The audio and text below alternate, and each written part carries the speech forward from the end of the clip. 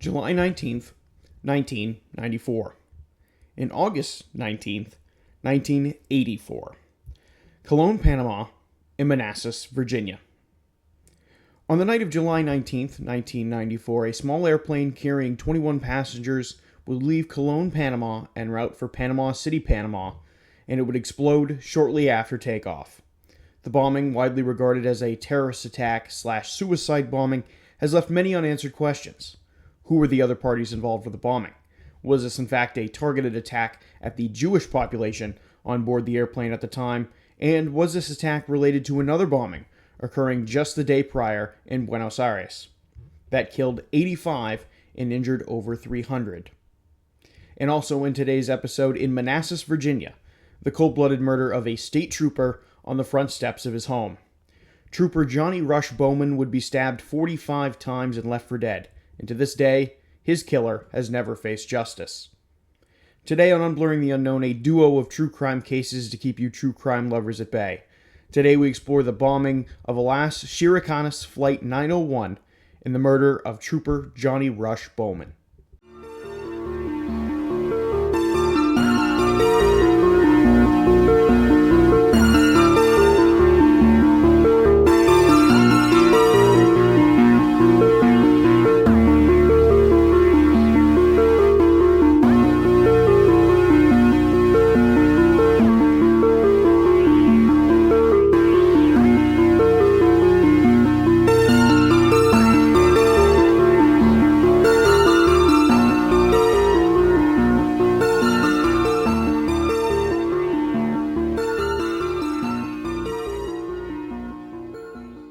Welcome back to Unblurring the Unknown. As always, I am your host, Dominic, and if you were checking out this show, I first want to say thank you for supporting me, checking out the show, and I greatly appreciate it. If you happen to be listening to this show on YouTube, please like, comment, subscribe. It helps me out within the algorithm and gets me out there, and I greatly appreciate it. If you're checking this show out on Spotify, please turn on post notifications so you get notified every time I post a new episode, and I greatly appreciate it. Feel free to follow me on Instagram and TikTok at the same handle, Unblurring the Unknown. Follow me there. Keep up with me. If you like this sort of content, feel free to share it with your family and friends, anybody else who you think might also be interested in content such as mine.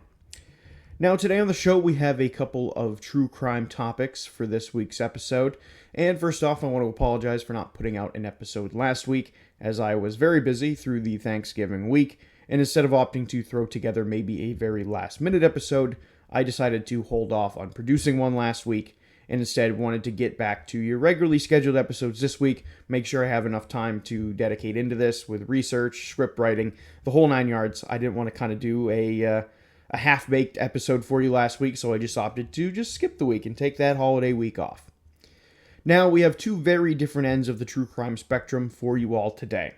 One topic, the AC Flight 901 bombing, is a case that is more cut and dry, with not a whole lot of mystery, with the exception that the FBI is still hunting for some of those involved with the bombing to this day, but it has a lot of moving pieces to it, with the bombing's ties to terrorism and global political landscapes and things of that nature.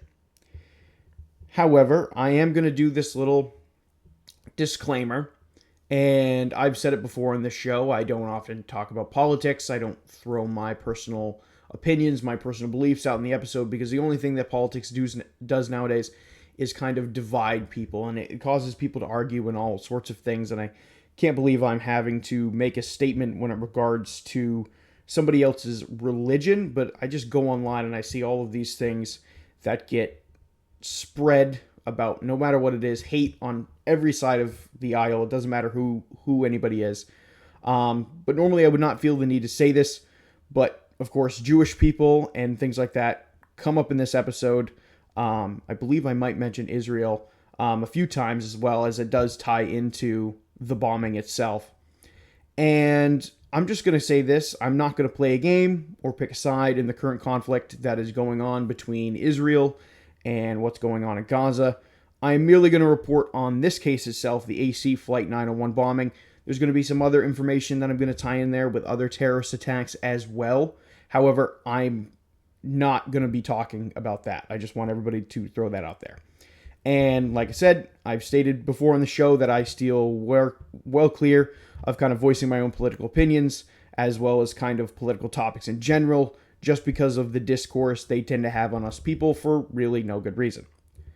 Now, again, so just keep that in mind, and if you happen to go in the comment section and try to call me names over something about me refusing to pick a side on whatever, like, I'm talking to you today about the AC Flight 901 bombing. I'm not talking about the conflict in Israel and Gaza. I'm not taking a side on that.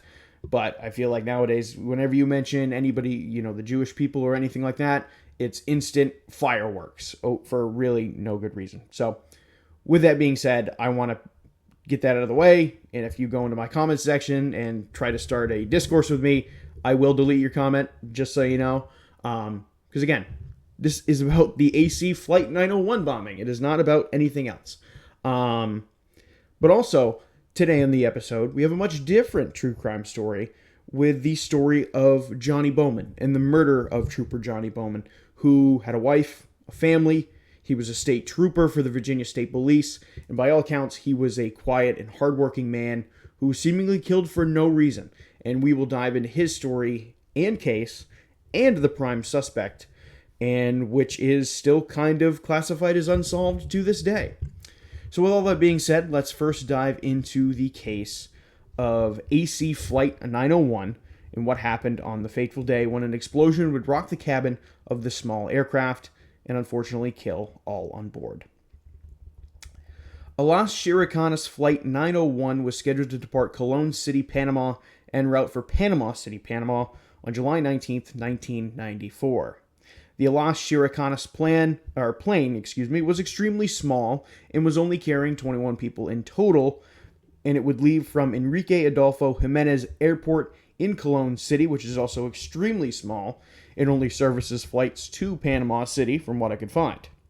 Now, the airplane in question would be an Embraer EMB 110 Bandeirante, a Brazilian-made light transport plane used in both civilian and military applications.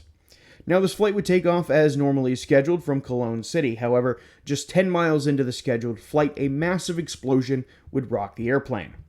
The airplane would crash in the nearby mountains of Colón City, and first responders and rescue personnel would be dispatched. However, it would be too late. Everyone on board the crash was dead, and now it came time to determine what happened to this airplane. Now, in many instances of airplane accident investigations, it usually takes time for these types of things to be solved, as airplane parts can be sorted and sifted through for months, trying to figure out where it all went wrong. However, this was a bit different. Upon examination of the wreckage in question, it was quickly determined that this was no mechanical fault, but rather that of a bomb set on board the aircraft. Now, again, you might be wondering how this could have happened, and I think many people forget the impact that 9/11 had on the world of airplane travel as we know it. Bombs and explosive devices can be fashioned into all sorts of things, and airport security, especially airport security in a place like Panama during the 1990s, was anything less than stellar compared to the technology and security we have today. However, investigators started to comb through the identities of the passenger manifest and follow through on the bodies that were claimed by families of the victims, and those of which were not claimed. Hopefully trying to see whether or not this was a suicide attempt, as many airplane bombings happen to be. Now, as the bodies started to be claimed by families, one body eventually was not claimed by family members, and this body in question, who the authorities identified as Ali Hawa Jamal. Now, I did find multiple different versions of how his name was spelt. However, this is the one that appears on the FBI database, so I'm going to go with that one. Now, Jamal was a man of Middle Eastern descent, somewhere within his mid-20s, and was the only one who could not be identified or claimed by family shortly after the crash. Now, at this point, it was a matter of trying to track down Jamal's movements up to the date of the crash. Panamanian investigators had believed that this was an act of terrorism, more than likely to the population of Jewish people on board the plane. As it turns out, 12 of the plane's 18 total passengers were Jewish, including some prominent Jewish businessmen. They thought this attack also could be connected with another terrorist attack that took place just the day prior in Buenos Aires, Argentina. On July 18, 1994, the Argentine-Israelite Mutual Association, or AMIA for short, was a community center based in Buenos Aires. At the time, Argentina was home to about 200,000 Jewish people, making it the largest population of Jewish people in Latin America. Now, a van would be driven into the EMEA Center, and this van, filled with explosive devices, would detonate. The explosion would claim the lives of 85 people and injured hundreds more. In the aftermath and shortly after the bombing, leaflets would be distributed in Sidon, Lebanon, claiming the group Ansar Allah was responsible for the attack. Ansar Allah would be a front for the Iran-backed Lebanese militant and terrorist group Hezbollah. This same claim would also be featured in the Lebanese newspaper An Nahar. Now, while Hezbollah had seemingly claimed responsibility, it was not set in stone, as many accusations thrown towards Iran would be denied by Iran. The subsequent investigations into the bombings at the EMEA Center would be wildly unsuccessful, marred with accusations of cover-ups, blistering incompetence, and mostly finger-pointing. While Iran has now been formally accused of the bombing itself, it was only formally accused last year in 2024 by the Argentinian government. The attack is believed to have been done by Ibrahim Hussein Barrow, a 21-year-old Hezbollah operative who was labeled as a martyr shortly after the attack taking place back in 1994. However, Hussein Barrow's identity would not be confirmed until 2003 in a joint operation between the FBI and Argentinian officials to try and identify the bomber. Hussein Barrow's connections to Hezbollah would be confirmed from then both of Barrow's brothers, who were living within the United States, who claimed that he had converted over and was working for Hezbollah. In a quote, and I quote, "The brother's testimony was substantial, rich in detail, and showed that he was the one who killed," according to prosecutor Alberto Nisman. Now, while this attack has a ripple effect on our plane bombing, it would stand to reason that Hezbollah would be a good starting place as a possible culprit for the AC Flight 901 bombing. Now, many of you probably heard of Hezbollah at some point. However, in the years leading up to and post EMEA bombing in 1994, Hezbollah had made a living at spreading chaos and specifically targeting the Jewish community on multiple occasions. Specifically leading up to this bombing, the attacks by Hezbollah in particular mostly were bombings, and these started in kind of the early 1980s from what I could find. Of course, there's probably attacks committed by Hezbollah before then. However, I do want to list a series of attacks that Hezbollah committed from the early 1980s leading up to basically the AC Flight 901 bombing in 94.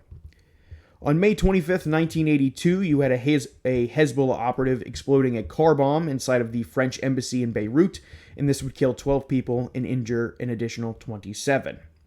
Then on April 18th, 1983, a Hezbollah suicide bombing would take place at the U.S. Embassy in Beirut, killing 63 people and injuring 120 more. Then in October of that year, October 23rd, 1983, Hezbollah would conduct two separate bomb attacks on multinational forces of the United States and France that were stationed in Lebanon. These joint forces from the U.S. and France were in Lebanon on a peacekeeping mission during the Lebanese Civil War, and these bombings from Hezbollah would kill a combined 307 people, 241 of them being U.S. military personnel. Then at the end of that year, December 12th, 1983, bombings would target the U.S. and French embassies in Kuwait. However, the bombs malfunctioned, it did not work properly, and 5 people were killed. Then the following year, January 18th, 1984, American University of Beirut President Malcolm Kerr was assassinated in his office by 2 Hezbollah terrorists. Then, flash forward to September 20th, 1984, a car bomb would explode outside the U.S. Embassy Annex in Beirut, killing 23 people.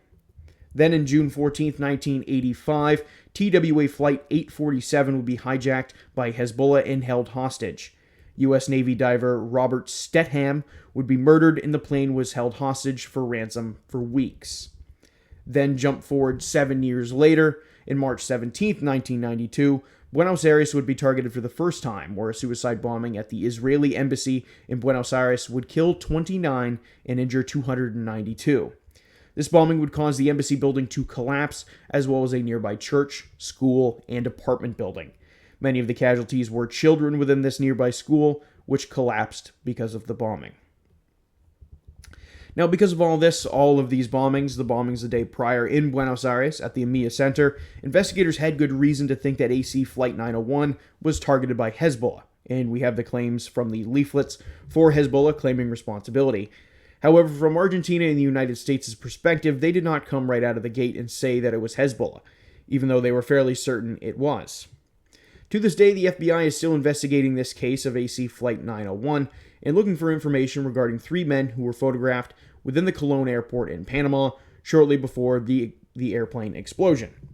The FBI has also stated that they have a rough timeline of events leading up to the explosion when it comes to Ali Hawaj Jamal's whereabouts and what he possibly did before the explosion. Now, what I'm about to read is according to the FBI.gov website over this case, and I'm going to read it all and I'm going to quote it. According to reports, on May 27, 1994, an unidentified male of Middle Eastern descent used the stolen credit card of a U.S. citizen to rent a Mazda 4x4 at a Vantage Rent-A-Car located in Panama City, Panama.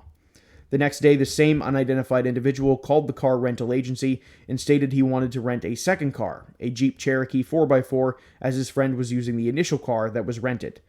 The unknown individual charged both cars to the stolen credit card.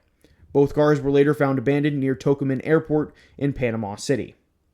On May 28, 1994, it was further reported that possibly the same unknown male, utilizing the same stolen credit card, purchased a 2-line telephone system from a Panamanian business. The individual, possibly identified as Ali Hawaj Jamal, had a Motorola Radio P500 with him during the Alas Chiricanas Airlines flight. It is unknown if the unidentified males shown in the photos above were associates of Ali Hawaj Jamal. These unknown males are believed to have traveled to Colombia, Venezuela, Costa Rica, and Lebanon. It is alleged that the unknown males were in contact with individuals that have been linked to weapons traffickers. The terrorist group Ansar Allah expressed support for the bombing through multiple media outlets. It is suspected that the attack was linked to a terrorist group or groups allied with Ansar Allah's political beliefs. Just a reminder again to refresh you all, Ansar Allah is of course a front for Hezbollah. However, this event and plane crash was surrounded with a lot of uncertainty, even though the writing on the wall was that this was a terrorist attack. It would not be until 2018 when the president of Panama would come forward and make a statement that this incident was indeed confirmed a terrorist attack. Now, this is of course still an active investigation, and while it seems pretty cut and dry as to who did this, there unfortunately isn't really any theories to talk about here. I kind of found it as a good detour to kind of pick as one of the topics for this week, kind of because it kind of has some world climate implications to it. And it is still technically unsolved to a certain degree because the FBI is still, of course, trying to track down the individuals who they think are still involved with the case and kind of track down maybe the rest of these terrorists that were affiliated with Ali Hawaj Jamal who have not been caught to this day.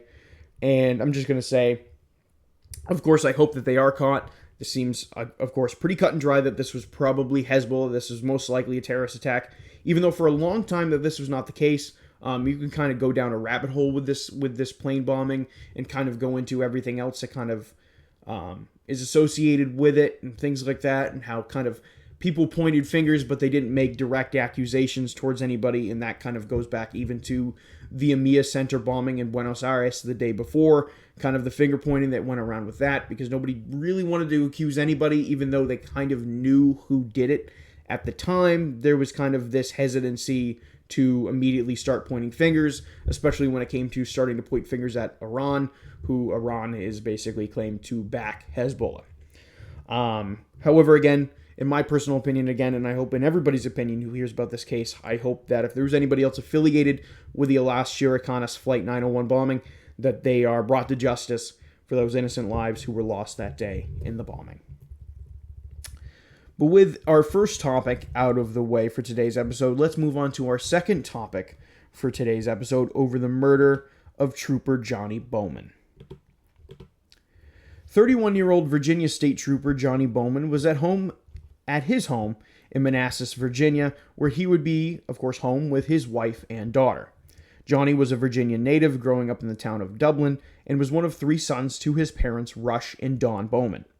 Johnny would serve 6 years within the U.S. Marines and obtained the rank of sergeant before being honorably discharged and joining the Virginia State Police.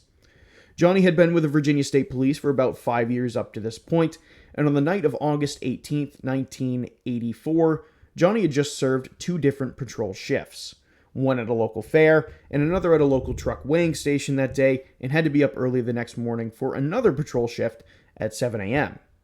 However, Johnny and his family were not the only ones at his home that night, as Johnny's brother, Bobby Bowman, was over with his wife Doris, and they were spending the night that evening.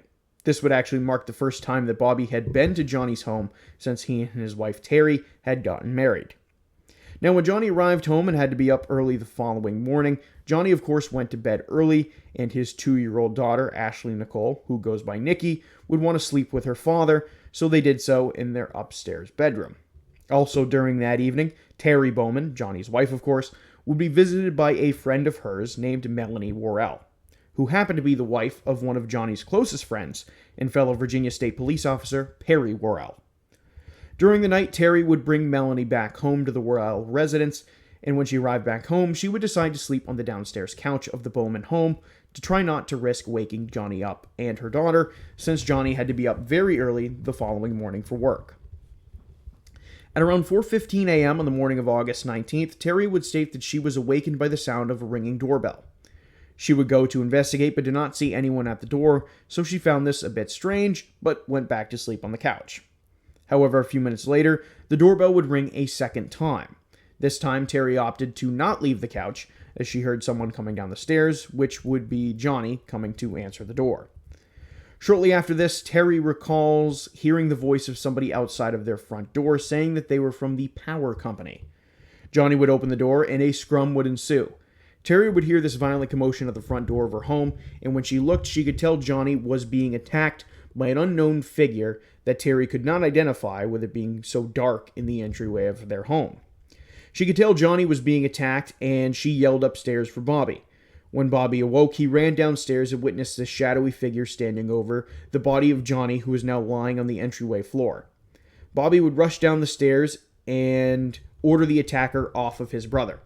When Bobby made it down the stairs, he would end up slipping on some blood that was on the floor, and he would collide with the attacker, forcing them both outside.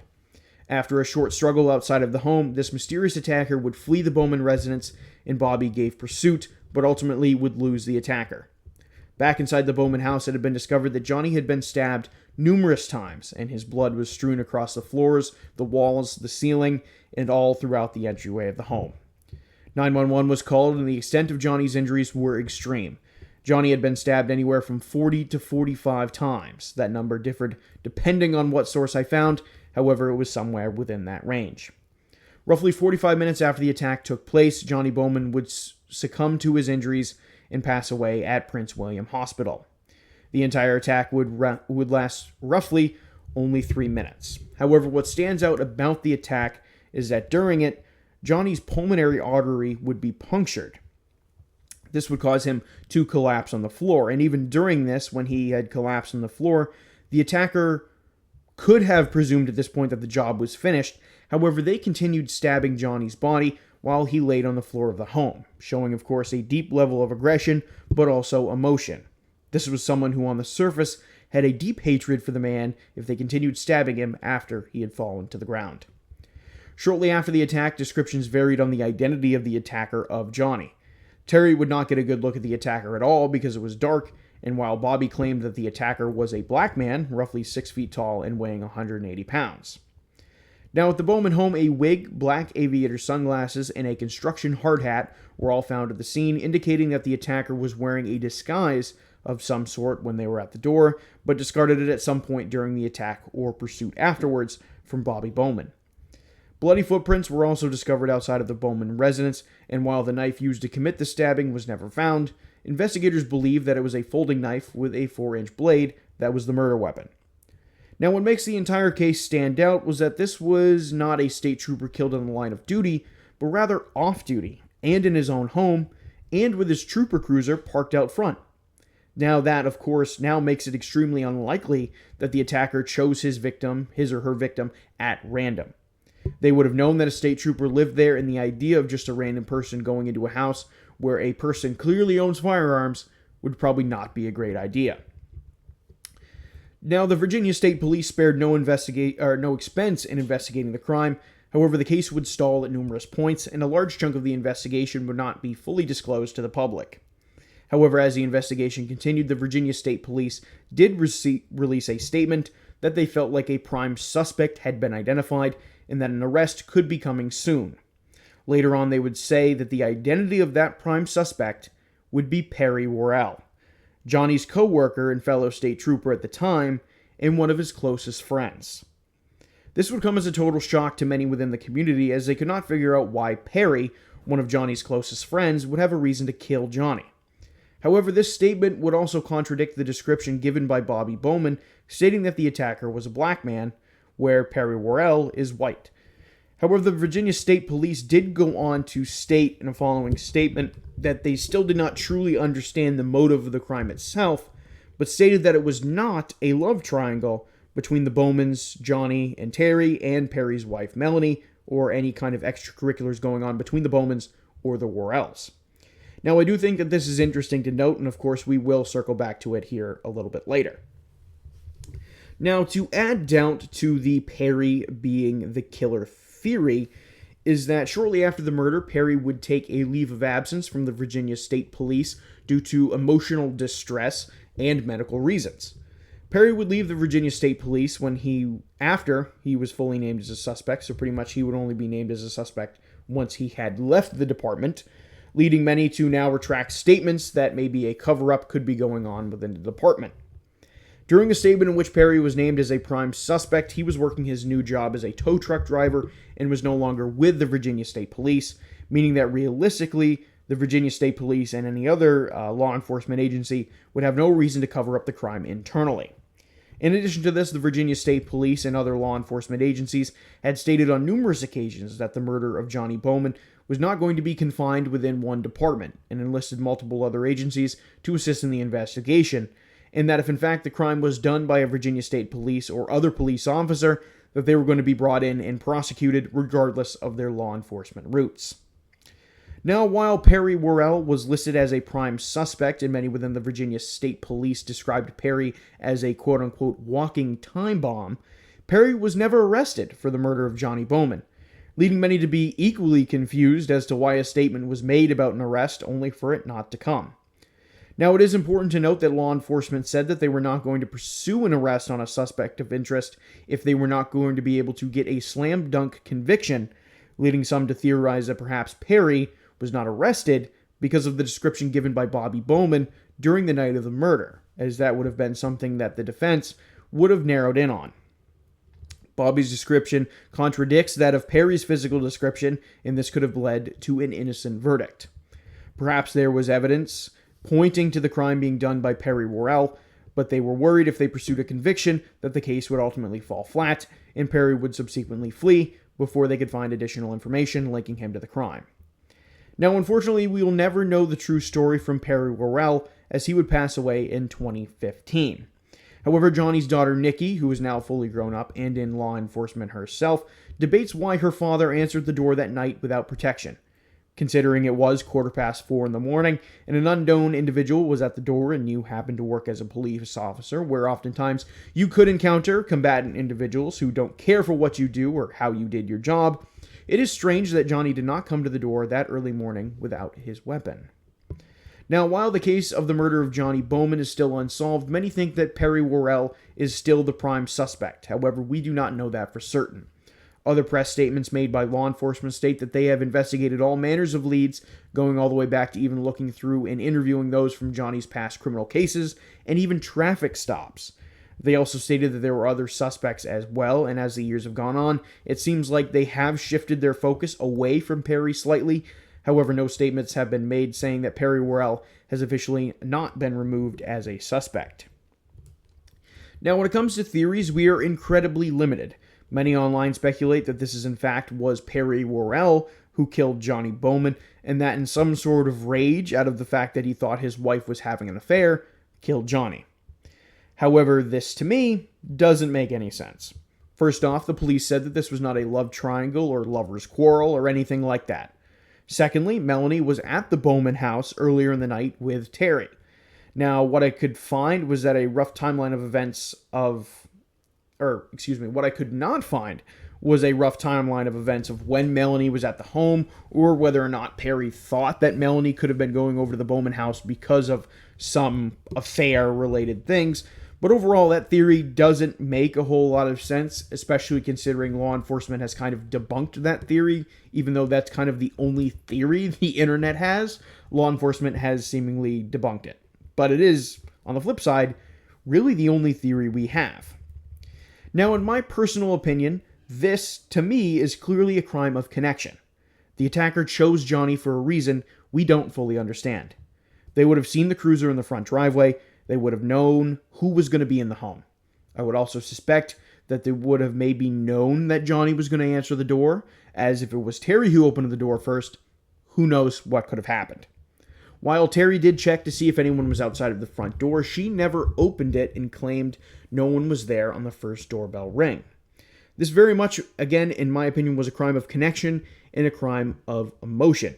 You don't just stab somebody 45 times. You don't just show up at the home of a state trooper that you know is a state trooper and stab them unknowingly, especially considering you don't know if they're going to show up at the door with a firearm or not. Overall, that just doesn't make a whole lot of sense. However, I honestly do know what could have happened here, and while I want to know and I don't know what happened, I want to think that maybe on the surface this was Perry Worrell taking his aggression out on Johnny for some unknown reason, as it would explain why Johnny was targeted deliberately. It would not explain motive, especially if you take the words of law enforcement at face value and say that there was no extracurricular love triangle activities going on between the Bowmans and the Worrells. However, in conclusion, this case is very unfortunate and sad, as no one should be murdered in their own home, especially one in which, from everything that I could find, like Johnny Bowman, he was so well liked within his community. I even found one account in doing my research that stated he offered to drive someone home as opposed to giving them a ticket for a traffic violation that would have left their car taken away. Johnny was well liked and was described as a gentle individual who would do anything for anyone, including giving up the shirt off his back. Again, this whole crime is very, very unfortunate. I hope eventually we do have some closure. The Bowmans are able to find some closure as to who murdered Johnny Bowman back in 1984. And I hope this case can be eventually solved. And I also hope that more information can be eventually released to the public, as I think that the public getting access to some of this information opens the door up to kind of some of these independent sleuths and independent researchers to getting their hands more on the case and getting their hands on more evidence from the case to kind of do some more legwork that maybe the police have missed or things like that. However, again, in conclusion, I do hope this case can be solved and closure can be given to the Bowman family after all of these years. But with that being said, I believe that is going to do it for me on this week's episode. 2 little true crime topics for you today. Of course, those of you who are new to this show and you just listened to this episode for the very first time, sometimes I like to combine 2 smaller topics together and kind of mash them into one episode. Maybe the format is a little odd because it's just me telling you everything. But oftentimes I find these kind of little side topics that aren't big enough to do one whole episode.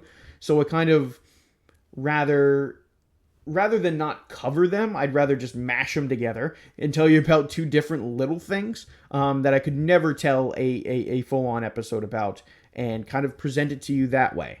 Of course, like I said, maybe the format is a little weird sometimes because it's just me. This is, of course, a one-man operation. This is a one-man show. I do all the research, of course, all the recording, all the editing. I do everything. So the format is a little weird because you just hear me constantly talking over and over and over again. But I hope those of you who check out the show on a very regular basis, you don't hate the sound of my voice. I hope that is something that you don't hate. I'm assuming if you've listened to multiple episodes, maybe you don't hate the sound of my voice. But that is me, of course, getting off topic and kind of trailing off. But again, that is going to do it for me on this week's episode on the Alas Chiricanas Flight 901 bombing and the murder of Johnny Bowman. Of course, one maybe being more solved than the other. If you personally have a theory about the murder of Johnny Bowman or Johnny Rush Bowman, I've seen his name pronounced 2 different ways, Rush with his middle name because that was his father's name. If you have a theory about the murder of Johnny Bowman and you would like to share it in the comment section, please do so. If there was something I missed in terms of research for this week's episode, because sometimes I do that. I do miss little tidbits of information. If there was something that I did miss, feel free to share that with me down in the comment section as well. And of course, if there's any updates in this case, feel free to let me know. I also try to stay vigilant when it comes to updates on any of my cases, so that if there is an update, I am able to share it all with you. But again, with that being said, that is going to do it for me on this week's episode, and I will see you all on the next one.